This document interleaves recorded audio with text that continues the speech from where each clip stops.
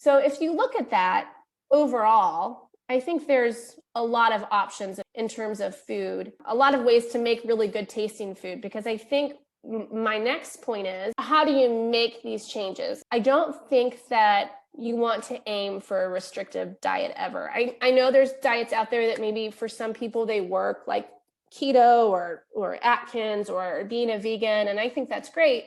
But I think it's really hard to maintain restrictive behavior long term. There were points where I'd say, oh, yeah, we need to restrict and never have this item, over the like 10 years or so that I've been studying this.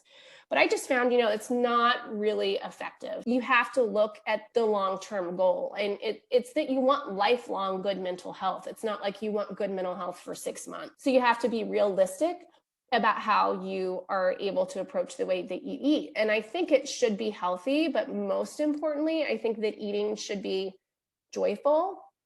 It should be fun. It should taste good. It shouldn't be something that, you should look forward to having meals and knowing that, oh, by the way, this is also benefiting not only my heart health or my overall health, but also my mental health. So what I try to help with my clients, because I think behavior change is really, really hard to do for the same reason that, people go January 1 to the gym, and by February, most of us have puttered out.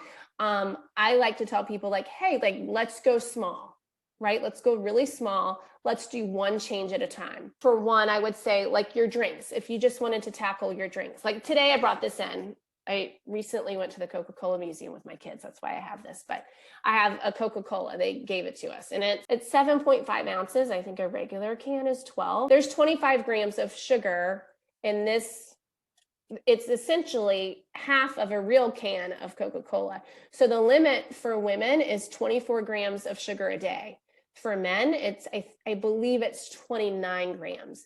So as a woman, if I had this little tiny Coke, I would be done for the day for my amount of sugar. So I always suggest that people, if you're a soda drinker, you go for changing that out. Maybe you swap it to something like green tea, right? I used to be a major Diet Dr. Pepper drinker, like major. I'm embarrassed to admit how many cans I had a day, but I'll go ahead and say it. I had like 5 and wondered why I didn't feel well. Anyway, I switched over from that to green tea. The cool thing about green tea is, one, there's a little less caffeine in this particular brand. That's why I mentioned it.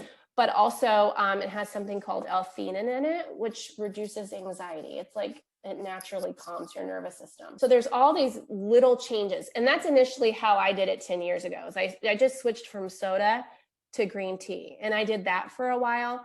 And then I went on to changing from, eating my Hershey's milk chocolate to switching over to 85%, which 85%, there's almost no sugar in it. It's really, really good.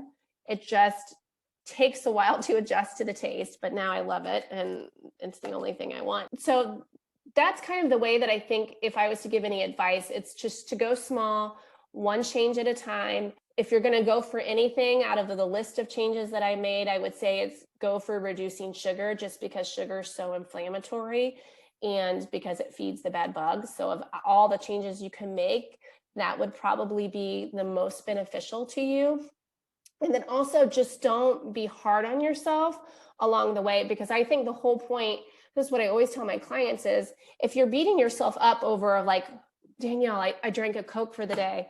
If you're beating yourself up over it, it's not worth it. It's not worth making the change, because the stressor of feeling like you're not meeting some kind of expectation is going to be just as hard on you as the actual change itself. So I don't think the idea is to go for perfection.